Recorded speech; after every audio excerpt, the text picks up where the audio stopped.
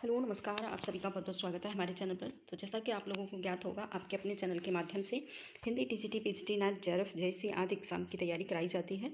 साथ ही विभिन्न प्रकार की प्रतियोगी परीक्षा के सामान्य हिंदी पाठ की तैयारी कराई जाती है।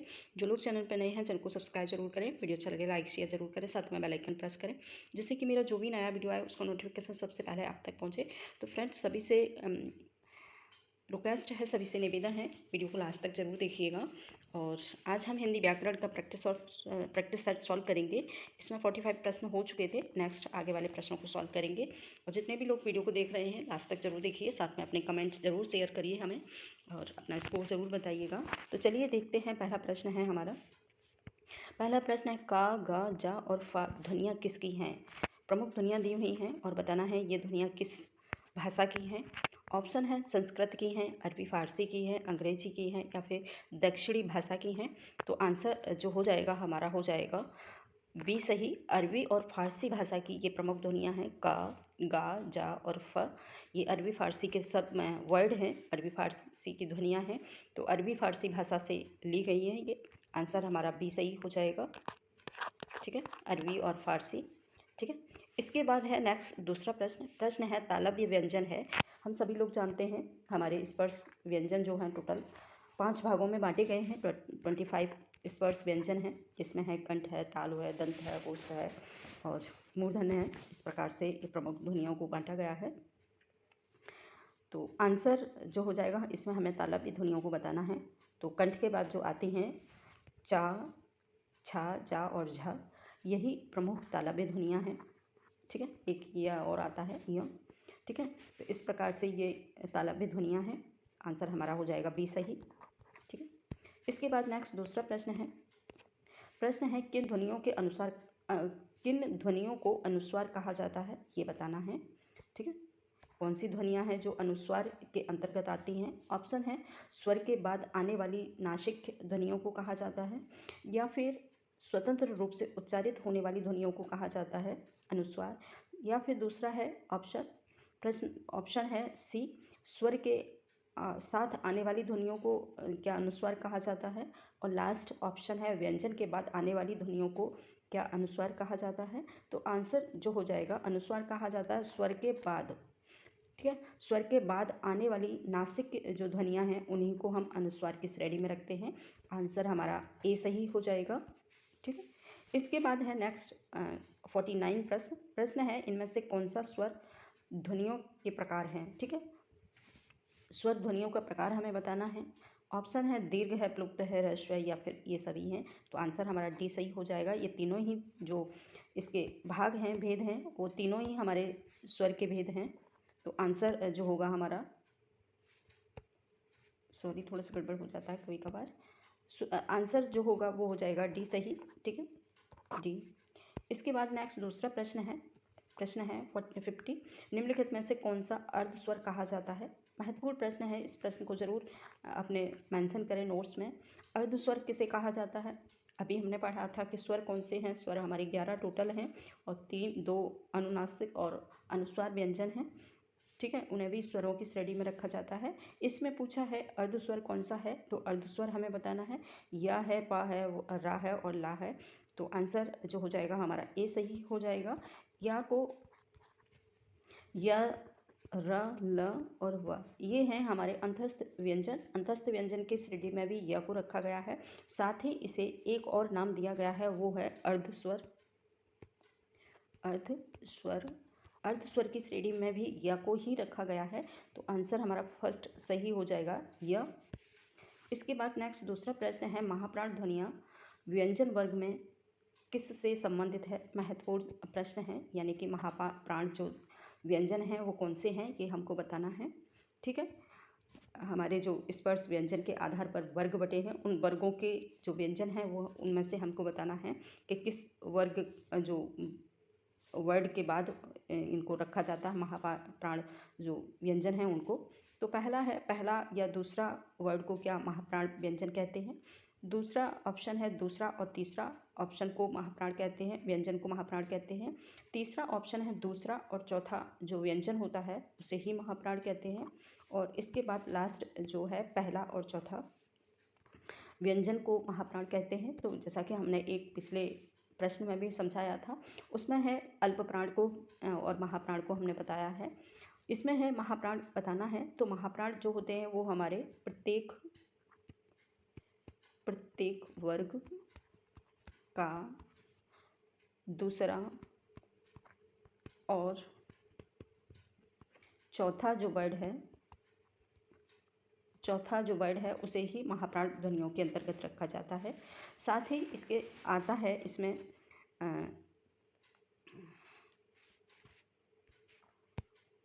साथ ही आता है अनुस्वार महाप्राण व्यंजनों के अंतर्गत हमारे ऊष्म व्यंजन टोटल 4 होते हैं। इसमें हैं श और श, ह। ये हमारे ऊष्म व्यंजन के अंतर्गत जो आते हैं वो 4 व्यंजन हैं। इन्हें भी महाप्राण के अंतर्गत रखा गया है। तो इसमें पहला प्रत्येक वर्ग का दूसरा और चौथा वर्ड साथ ही आते हैं इसमें ऊष्म व्यंजन। ये होते हैं हमारे टोटल महाप्राण व्यंजन। तो आंसर हमारा हो जाएगा तीसरा सही, दूसरा और चौथा। अल्प प्राण में आता है प्रत्येक वर्ग का पहला, तीसरा और पंचमा अक्षर। साथ ही आते हैं टोटल 11 स्वर। ठीक है, 11 स्वर आते हैं और आते हैं हमारे अंतस्थ व्यंजन। ठीक है, य, र, ल और व, ये आते हैं हमारे अल्प प्राण व्यंजन के अंतर्गत। तो आंसर हमारा हो गया सी सही। इसके बाद नेक्स्ट दूसरा प्रश्न है, भाषा की सार्थक लघुत्तम इकाई है। ये प्रश्न थोड़ा सा क्रिटिकल टाइप का है, वैसे एग्जाम में बहुत बार रिपीट हुआ है। तो सभी से निवेदन करूंगी कि इस प्रश्न को अपने नोट्स में ज़रूर मेंशन कर लें। और इसका आंसर देखते हैं। आंसर ऑप्शन है, इसमें शब्द है, पद है, रचना है, वाक्य है। यानी कि भाषा की सार्थक लघुत्तम इकाई बतानी है। सार्थक मतलब जिसका अर्थ निकलता हो और सबसे छोटी इकाई हो, ऐसे शब्द वो कौन सी है। ठीक है, ऑप्शन है, शब्द है, पद है, रचना है और वाक्य है। तो आंसर इसमें हो जाएगा ए सही। इसमें रचना लिखा हुआ है बाय मिस्टेक, लेकिन आंसर इसका जो होगा वो हो जाएगा शब्द। सभी से रिक्वेस्ट है आप शब्द को ही आंसर करें। ठीक है, इसके बाद नेक्स्ट दूसरा प्रश्न है, प्रश्न नंबर है 53। इनमें से कौन सा अल्प प्राण व्यंजन है। अब यहाँ पर ऊपर महाप्राण था, यहाँ पर अल्प प्राण पूछा है। तो खा है, चा है, था और फा है। तो आंसर जो हो जाएगा चा सही। किसी भी वर्ग का पहला, तीसरा और पंचमा अक्षर ही अल्प प्राण की श्रेणी में आता है।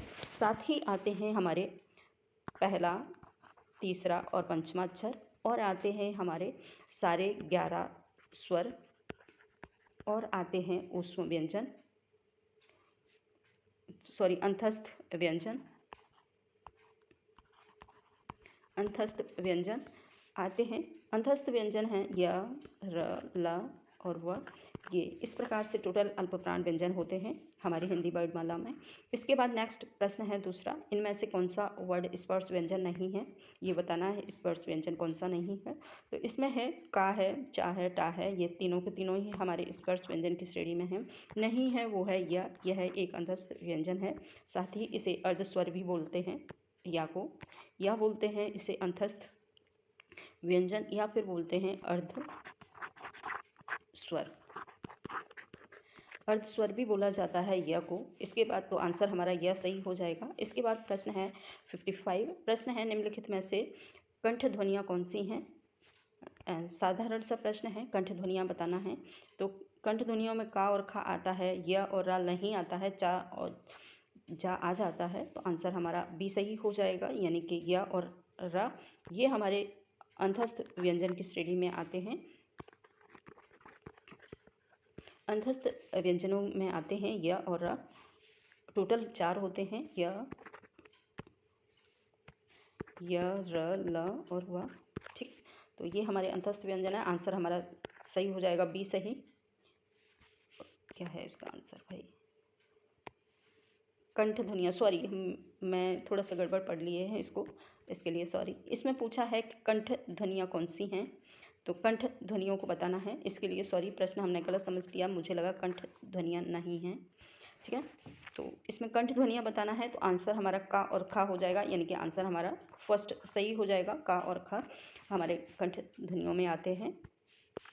इसके बाद है प्रश्न दूसरा, वर्णमाला किसे कहते हैं। महत्वपूर्ण प्रश्न है, वर्णमाला किसे कहते हैं, वर्णमाला की परिभाषा हमें बतानी है।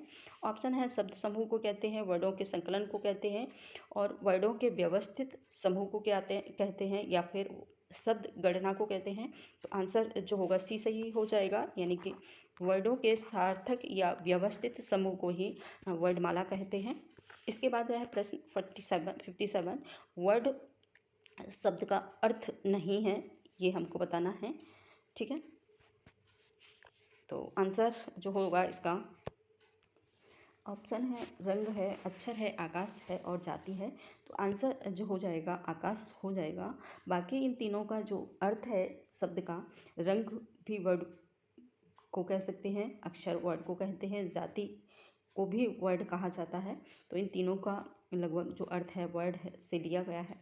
जिसका मतलब अर्थ नहीं है वो है आकाश। आकाश का वो वर्ड नहीं कहा जा सकता है। इसके बाद आंसर जो हो जाएगा हमारा बी सही हो जाएगा, सॉरी सी सही हो जाएगा। इसमें बी दिया हुआ है, सी सही हो जाएगा आकाश। ठीक है, इसके बाद नेक्स्ट दूसरा प्रश्न है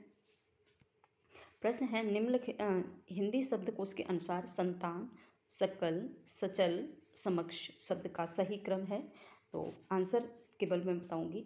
आंसर जो हो जाएगा सी सही हो जाएगा, संतान, सकल, सक्षम और सचल। इस प्रकार से जो सही क्रम है शब्दकोश के आधार पर वो है आंसर सी सही। इसके बाद नेक्स्ट दूसरा प्रश्न है हिंदी शब्दकोश में अ, अंग और आह किस वर्ड के साथ आता है, ये पूछा है। ऑप्शन है ओ के साथ आता है, अ के साथ आता है, और आह के साथ, या फिर आ के साथ। तो आंसर जो हो जाएगा बी सही हो जाएगा। आंसर इसका बी सही है। ठीक है, यानी कि अ। इसके बाद नेक्स्ट दूसरा प्रश्न देखेंगे। प्रश्न नंबर है 60। निम्नलिखित में से कौन सा शब्द अमात्रक है। कलरव है, कारखाना है, अविताव है और चहचाना है। तो आंसर जो हो जाएगा ए सही हो जाएगा, कलरव। कलरव में कोई मात्राओं का प्रयोग नहीं हुआ है, केवल वर्ड का प्रयोग हुआ है ओनली। इसके साथ नेक्स्ट तो आंसर हमारा ए सही हो जाएगा, कलरव। इसके बाद नेक्स्ट दूसरा प्रश्न है अयोगवाह किसे कहते हैं। और ऑप्शन है महाप्राण को, विसर्ग को, या फिर संयुक्त व्यंजन को, अल्पप्राण को। तो आंसर जो हो जाएगा बी सही हो जाएगा, अयोगवाह हमेशा विसर्ग को कहा जाता है। इसके बाद है प्रश्न हमारा नेक्स्ट प्रश्न है निम्नलिखित में से कौन सा वर्ड अंतस्थ व्यंजन नहीं है। तो य, र, ल और व ये सारे के सारे अंतस्थ व्यंजन होते हैं। नहीं पूछा है तो आंसर हमारा बी सही हो जाएगा, यानी कि हा ऊष्म व्यंजन है, ऊष्म व्यंजन है। ठीक है, हा को ऊष्म व्यंजन की श्रेणी में रखा गया है, जिसके ऊष्म व्यंजन होते हैं टोटल शा और शा, हा, ये टोटल 4 ऊष्म व्यंजन होते हैं।